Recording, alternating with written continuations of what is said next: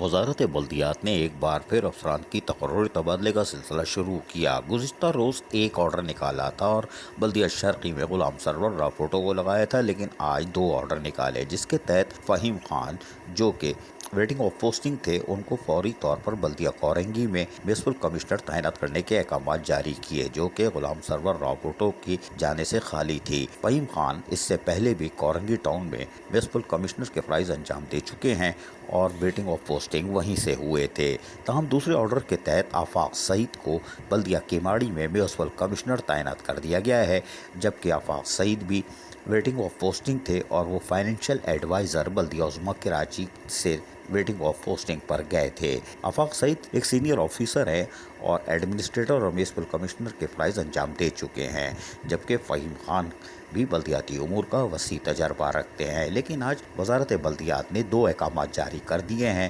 تاہم ذرائع کے مطابق آئندہ 24 گھنٹے میں مزید 2 سے 3 ہوں گے، کیونکہ یہ گنتی 1 2 3 کر رہے ہیں۔ پہلے دن 1، دوسرے دن 2، اب یقیناً کل 3 آرڈر ہو سکتے ہیں، اور شاید ہماری بات سمجھ میں آ گئی تو 5 بھی ہو سکتے ہیں۔ اللہ رحم کرے۔ عزیز عارف KBS بلدیاتی نیوز کراچی۔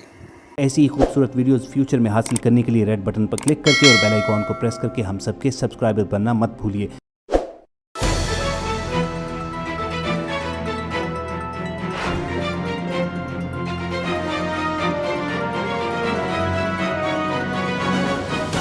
KBS بلدیاتی نیوز۔